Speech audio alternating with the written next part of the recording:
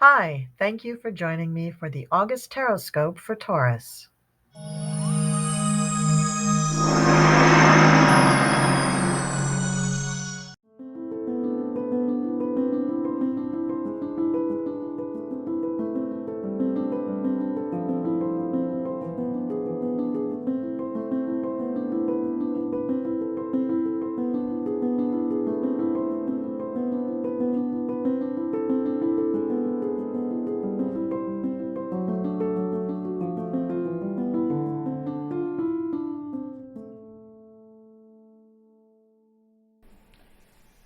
All right, Taurus, thank you for joining me for your August Tarotscope.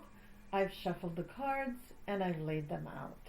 We have weeks 1, 2, 3, and 4, and although you might not be able to tell, this is a pick from the Oracle card deck, and I will get to that at the end. So I am using the Cero Marchetti Gilded Tarot for this reading. This is one of my older decks. I'm very comfortable with it, and I hope you get a good reading. Let's get on with it. So the beginning of August, you get the Ace of Wands. This is a fire sign here, and this is saying that you're going to be starting something new, and something that has to do with the way you present yourself to the world. So something about this new project, or whatever this is going to be, is going to present you to the world in a different way, Taurus. Maybe update your image a little bit, or maybe just present your real image, your original image with no changes, but putting it out to the world with more drama, more vehemence, more visibility. And then we have the Six of Pentacles. So this presence that you're going to establish is going to bring in some money, and you're going to find that people are very willing to give to you because of this new presence that you're putting out into the world. Very, very interesting. Now, Taurus, you're very materialistic, and of course, when you get one penny, you want five, and then you have the Five of Pentacles. So don't get greedy. Don't start thinking that you all of a sudden you have to be a gazillionaire to keep up this, whatever this campaign is, a social media campaign, or a new platform that you're advertising on, or a new way of showing your product, or a new way of advertising you. If you're like a person who advertises things, you need to accept what's coming to you with gratitude, and then move on to the next step. Because Taurus, it's not about just grabbing all of the dollar bills and hanging on to them for dear life. It's about how do we create a sense of security, and that's what you are really looking for here in the month of August. And then we have the Judgment card. Now this deck doesn't really do reversals, so I'm just going to read this as if it was upright. It's the Judgment card, and this is a card of karma. As you sow, so shall ye reap. So if you've been putting things in to the kitty with good intentions for the highest good of all, and the Six of Pentacles tells me that you have, then you're going to reap something really nice in the second week of August. You're going to feel very comfortable and at home, and you're not going to feel like this. I think this is just a last little spasm before, spasm of insecurity before you have a real overwhelming sense that everything is great, because the middle card for the second week of August is the King of Pentacles. So Taurus, I can't think of a better card for you, and this epitomizes you. So you're going to feel like you're at the top of your game. You can really not just manipulate, but you can manage and maneuver and be inventive with money, and get money and material things to do what you want them to do. It also indicates that you're at a really good time in your life for health, very good health at this time, and you're just feeling really on top of the world. And then we have the Hierophant. Well, is this the next stage for you? Is this where you're going? Are you going to become the Hierophant? Are you going to retire from what you're doing and move on to that? Or are you talking to the Hierophant about doing more good works for other people? That might be it. You did have the Six of Pentacles here, and that's usually the card of generosity. All right, so we have in the third week, we have the Knight of Swords. So this is the knight that rushes in. He's usually a little argumentative. He wants to get everything squared away. And it's interesting to note that in the first card for the third and the fourth week are both knights, and they are facing away from each other. So you've got two kind of clashing energies that are just deciding, look, let's just agree to disagree. I'm going to go my way, you go yours. They're both kind of headstrong. And, you know, the Knight of Swords is very logical and not emotional. The Knight of Wands is very emotional. They both are kind of impulsive, right? So they're both going to just lurch forward to do what it is that they want to do. And you may or may not like what it is that they want to do. But the Knight of Swords here is going for the ideas. It's going for the concepts. And he's saying, you know, maybe he disagrees with your social media campaign in some way, or maybe he wants to help with it. Maybe he wants to be a part of it. Underneath him, we have the Page of Wands. Now, the Page of Wands is usually somebody bringing some news, but since it's a wand, it's going to be related to the Ace of Wands here. So this is going to be the feedback that you're getting about your new marketing plan or social media plan, whatever it is. So with this guy in the kind of the background doing the analysis work, and this guy out front saying, hey, we should change these things, you know, no wonder you're a little confused. The next card is the Devil card. Now, I really hope that you avoid this at all costs, because it's next to the Hierophant, which is very dangerous, and the Five of Pentacles. So I want you to really work on your feeling of security this month. I want you to visualize for yourself being completely, that noise is my cat's clawing at the carpet.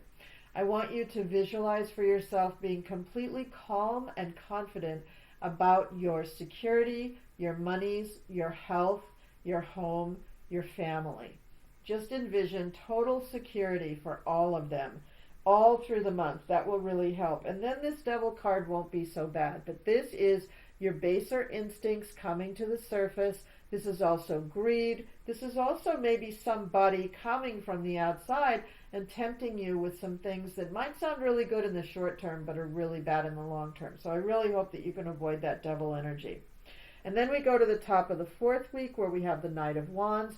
This is the knight that rushes in, really wants to fight for you, right? The Knight of Swords not so much is fighting for you or against you or with your enemies or whatever, but just wants to bring in new ideas, wants to change things in some way. The Knight of Wands really wants to be your lead knight, not your quarterback, your block and tackle in the line, in the defense line, right? So the Knight of Wands really wants to come in and make sure that everything is good for you and fend off any naysayers that may be around.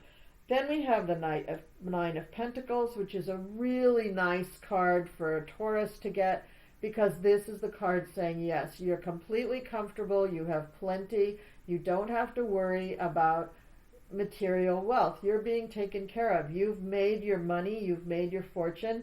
You bought your house, you have your garden, you have your beautiful bird and the butterflies, and you're good.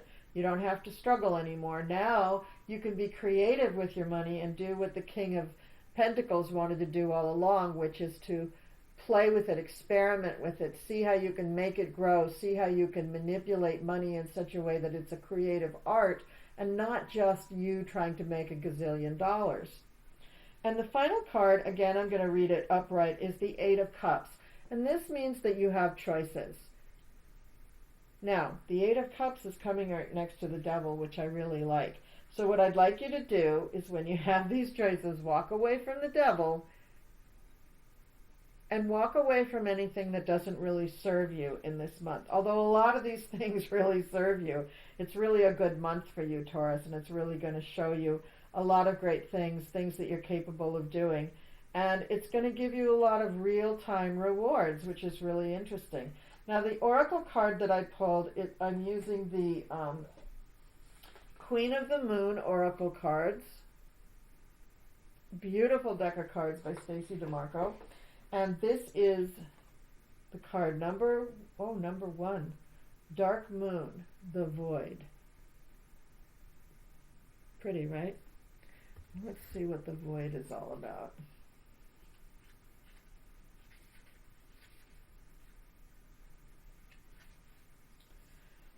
Your time to rest and reset is here.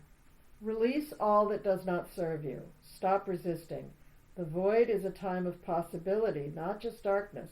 There is nothing to fear in letting go of negative patterns and habits, so let go of the old.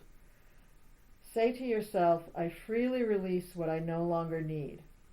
While the full moon, full attractive power, gets all the publicity, the dark moon, which offers the infinite publicities of a clean slate, is just as powerful in its own way.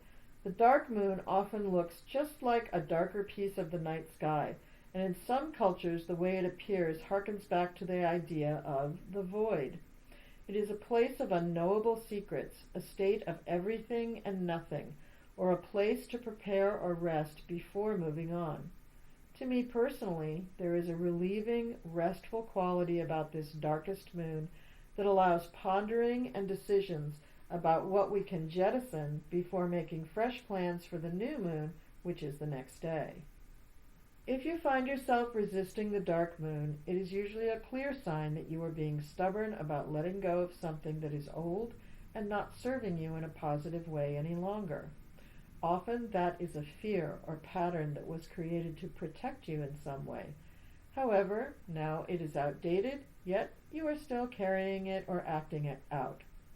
Know that this moon is powerful, but it is also incredibly gentle in the way it helps you unravel what actually is so you can embrace the fresh start of tomorrow. Relax, reframe, and think about how much better your life will be without that bad habit, fear, or pattern. Get very clear about the possibilities of this transformation and what it will give you in real terms. This is the power of the dark moon. It is the optimum time in the cycle to release the old and cut the cords of relationships and traumas that deserve no time and attention in your present. And the companion stone or metal is jet, that very black, shiny stone material that was very popular in the Victorian era. All right, so Taurus, that is your reading for August. And please leave me a comment down below and let me know how this reading hit you. I'm so happy to have you as a subscriber. The channel has really grown this year, and I'm really excited to see where it can be headed. Thank you again for watching, and thank you for liking and sharing and subscribing, and I'll see you next time.